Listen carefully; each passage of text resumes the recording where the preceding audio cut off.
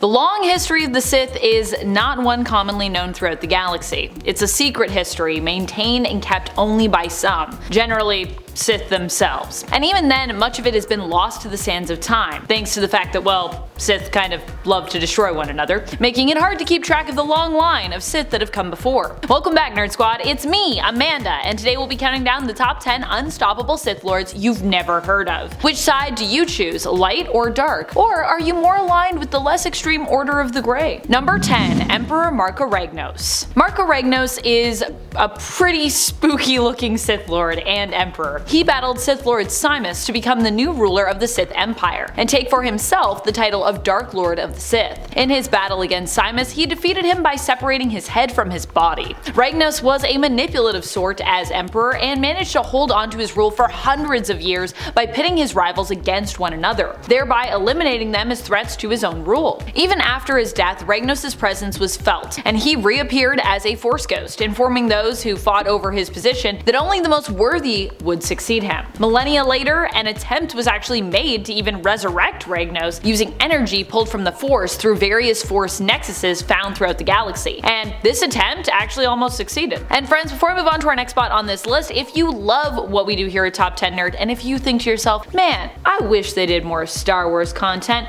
guess what? We have done some of that. You can go check out our Star Wars playlist for even more. Number 9. Savage OPRESS. Savage OPRESS is an interesting figure. He first appeared in Star Wars The Clone Wars. He is the younger brother of Darth Maul, who, like his brother, would also become a Sith Lord. However, he was also a Night Brother as well on his home world. As a Night Brother, he was chosen by Asajj Ventress to become her mate, pledging himself fully to her, and being bent by the Night Sister's magics to obey her. To prove his loyalty to her, he even murdered his own brother. Not Darth Maul, of course, but instead his brother Farrell. Eventually, OPRESS would escape Ventress' control, breaking the spell that the Night Sisters had cast over him, and breaking off from both Ventress and his master Count Dooku. He would then go on to join up with Darth Maul, who eventually took him on as his own apprentice. Number 8. Darth Plagueis. Did you ever hear of the tragedy of Darth Plagueis the Wise? I thought not. It's not a story the Jedi would tell you. Darth Plagueis was the Sith Master of Darth Sidious, who many of course know more commonly by his other name, Emperor Palpatine. Plagueis himself had an obsession that runs all the way back to actually the creation of the Sith, and in fact could be cited as kind of the reason for the initial split in the Force. He wanted to discover the secret to eternal life, and eventually developed somewhat of an ability to prevent death and create even life. However, this ability would not save him in the end, as his apprentice Darth Sidious would eventually betray him, killing him in his sleep so that he might become the new master, taking Plagueis' power for himself. Plagueis is first mentioned in the prequel film Star Wars Episode 3 Revenge of the Sith. Here, Emperor Palpatine tells Anakin the legend of Plagueis as he attempts to kinda lure him to the dark side. Although right after that, Anakin's basically like, I think this guy's a Sith Lord. Here, Emperor Palpatine refers to his former master as Darth Plagueis the Wise. It was likely because of Plagueis' pursuit of knowledge in bioengineering that Palpatine himself was in a fashion able to prolong his own life, although he too would obviously fail to become truly immortal, at least as far as we know. I hope that's where it stays. I hope he's gone.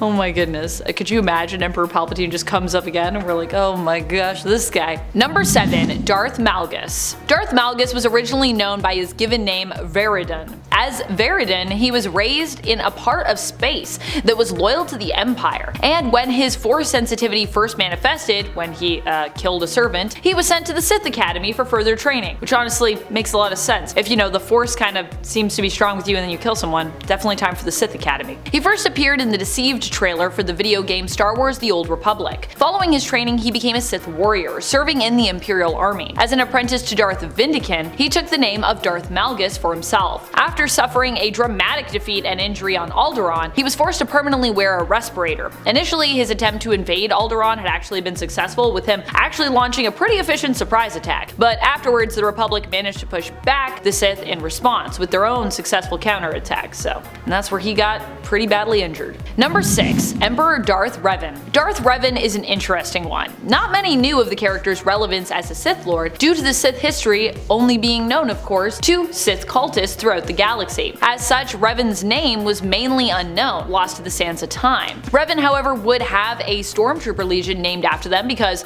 Fun fact, Stormtrooper legions are apparently typically named after Sith Lords, ancient Sith Lords. In truth, REVAN was a former Jedi Knight who left the Order and ended up becoming the Dark Lord of the Sith. They formed a Sith Empire but eventually became an amnesiac who was retrained and indoctrinated into the Jedi Order, later actually used to fight against the very Sith Empire they had once built. REVAN is actually the character that you play as in the game Star Wars Knights of the Old Republic, and can be customized to look however you prefer them to look, with you also choosing their gender. In canon, however, REVAN was established as male, with the light side ending of the game being established in lore as the canon ending, so just so you know that. Number 5. Darth Talon. While I feel like female Sith Lords are weirdly rare, Talon is a great one who really makes up for the lack of quantity of Sith ladies with just straight up quality. Talon herself is visually striking, covered head to toe in Sith tattoos. Each of these tattoos were earned through ritual combat. She was the apprentice initially of Sith Lord Darth Ryan, but would betray him at the command of Dark Lord of the Sith Emperor Darth Krayt, separating his head from his body with her lightsaber, as, you know, a lot of Sith Lords love to do that. Talon would become one of 2 of Krayt's most loyal followers and apprentices, and when he was eventually defeated, she actually ended up going into hiding, continuing to operate in the shadows, striving to serve the needs and accomplish the goals of the One Sith, which is sometimes also known as the New Sith Order. Darth Talon was created by John Ostrander and Jan Duursema,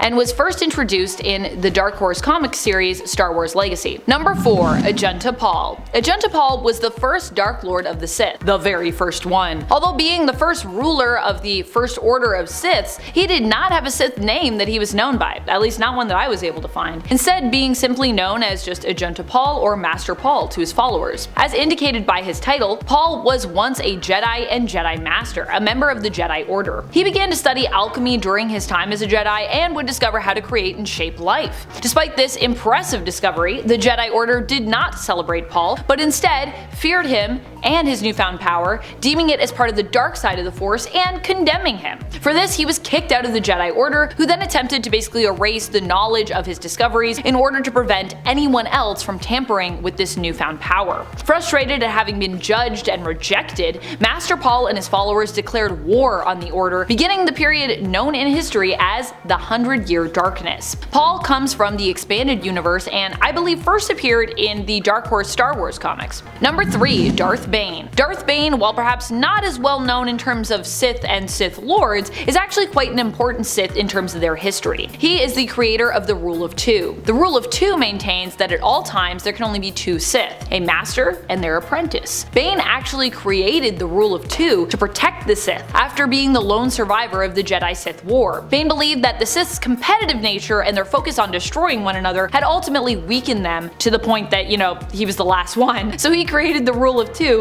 to help them better, somewhat, work together, thereby preserving them and their beliefs. The Jedi-Sith War happened about 1,000 years prior to the events of the Clone Wars and resulted in almost all of the Sith being wiped out by the Jedi Order, save for Bane. The Rule of Two might seem like a small thing considering that it doesn't seem to, you know, greatly increase the Sith's numbers, only going from 1 Sith at the top to like 2 of them, but it actually was successful in prolonging their survival thousands of years into the future.